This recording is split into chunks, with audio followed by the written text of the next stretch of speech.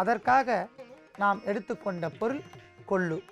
ஏற்கனவே நாம் கொள்ளை பற்றி பல்வேறு மருத்துவ தகவல்களை தெரிந்து கொண்டோம்.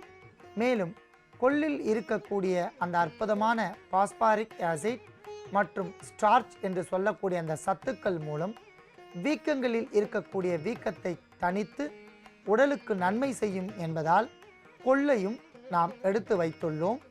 அடுத்ததாக நாம் எடுத்துக்கொண்ட ஓர் உன்னதமான பொருள் புற்று மண்.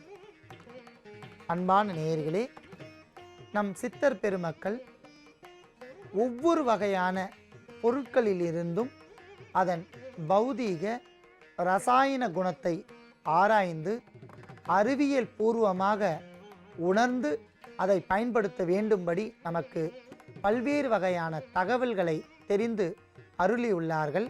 அந்த வகையில் புற்று மண். அன்பான நேயர்களே, கரையான் கட்டக்கூடிய அந்த புற்றை பாம்பு புற்று என்று கூறுவார்கள்.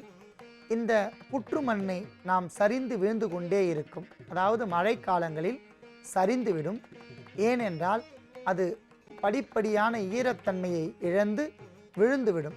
அந்த சமயத்தில் விழுந்த அந்த பாம்பு புற்று மண்ணை தேவையான அளவிற்கு எடுத்து வந்து சன்னமான முறையில் மீண்டும் ஒரு முறை அரைத்து ஜல்லடையில் வடிகட்டி மீண்டும் ஒரு முறை அரைத்து தொடர்ந்து 3 முறை செய்து வந்தோமானால் முழுமையாக மிகவும் மழமழப்பான ஒரு மண் நமக்கு கிடைக்கும்.